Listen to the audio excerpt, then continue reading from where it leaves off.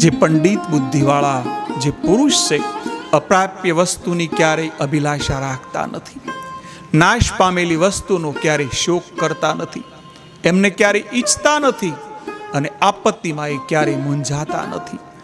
નિર્ધારપૂર્વક કાર્યને આરંભે જે કાર્યની વચ્ચે ક્યારેય અટકી નથી પડતા, જે સમયને ફોગટ જવા દેતા નથી અને જે મનને વશ રાખે છે એને પંડિત કહેવામાં આવે છે.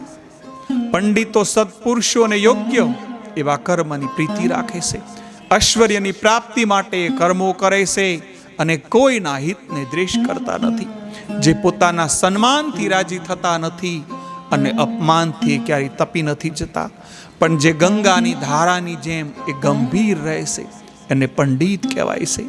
હે ભાઈ, હે સજ્જન, હે ભરત શ્રેષ્ઠ, પંડિતો સત્પુરુષોને યોગ્ય એવા કર્મમાં પ્રીતિ રાખે છે.